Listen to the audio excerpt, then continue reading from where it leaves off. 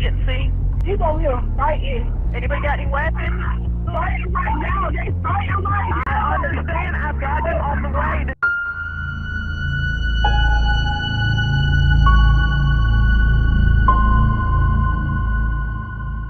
Brandon Joyner, 22 years old, was charged with assault and battery of a high and aggravated nature, meaning he unlawfully injured another person and great bodily injury resulted. Brandon witnessed David Turner working his son-in-law, Christopher Cain. Knowing Mr. Cain was disabled, Brandon intervened, struck Mr. Turner one time. He falls to the ground, hit the back of his head. That resulted in brain injury. Brandon is out on bond now. So Brandon meets with his defense attorney, Steve, to go over the case. His attorney asked him to explain what happened. Brandon said it was his birthday. They were outside talking and saw Mr. Turner push Mr. Cain, a.k.a. New York, through the screen door, and he fell on his head when he hit the steps. So he went over to help New York up. Mr. Turner started getting in their face. He got scared and swung just to back him off. So after that meeting, Brandon's attorney, Steve, hired an ex-officer to help with the case. They reviewed the video that Brandon was recording. So you hear Mr. Turner being aggressive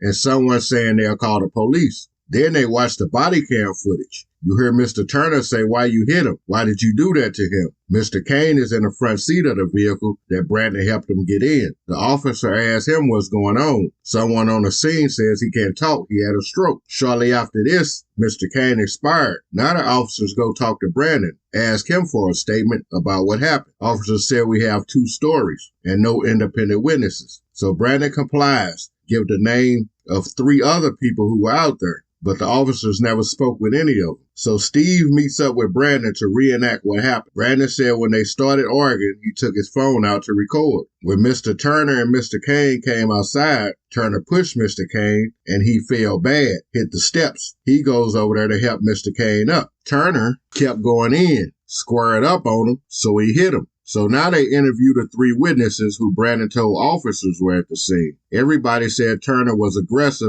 Yeah, he always got into it with people on the street when he get drunk.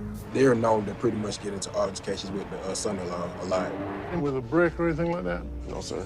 So Steve applied for a pretrial hearing, trying to get immunity for Brandon. So when he does that, the prosecution offers Brandon a deal. Assault and battery 2nd degree, which is a misdemeanor. If he does nothing, after 5 years of this day, the charge comes off his record like it never happened, and everything will be over today. So after speaking with his attorney and mom, Brandon declined the deal and would go ahead with the immunity hearing. The immunity hearing starts with Steve saying his client was trying to do something good, helping the guy that was hurt.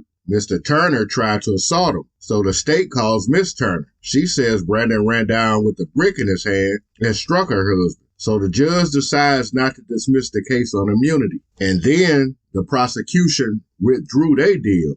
Well, we agreed that after the immunity hearing, if it wouldn't left, I took the deal. We was like, we can't take it now. Just like.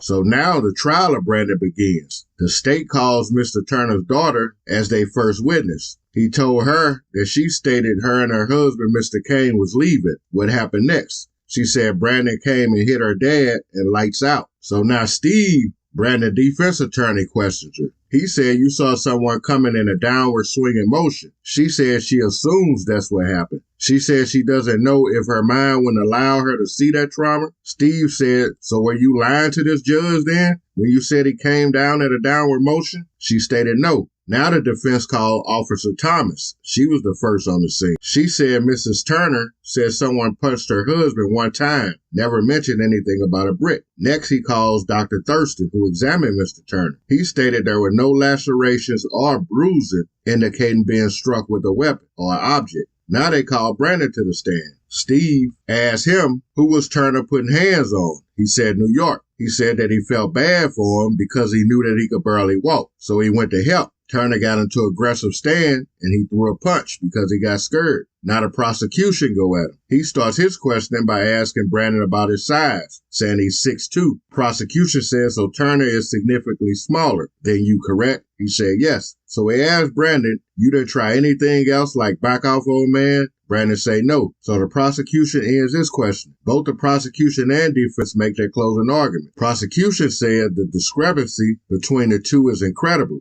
A 20-year-old, 10 inches taller and 120 pounds heavier, hitting a guy 44 years older. Now it's Steve's turn. He says the discrepancy is incredible between the two, but we're talking about size. Let's talk about the discrepancy in demeanor and behavior. You heard Mr. Turner. This mother up. Does he sound like a meek man? Brandon is a gentle giant, so they wrap that up. The jury deliberates, find Brandon not guilty on all charges. Thank you for watching. Leave me some comments, hit that like button. Stay safe out there. I'm done talking. That's the scariest thing you're ever going to encounter in your life, I promise you.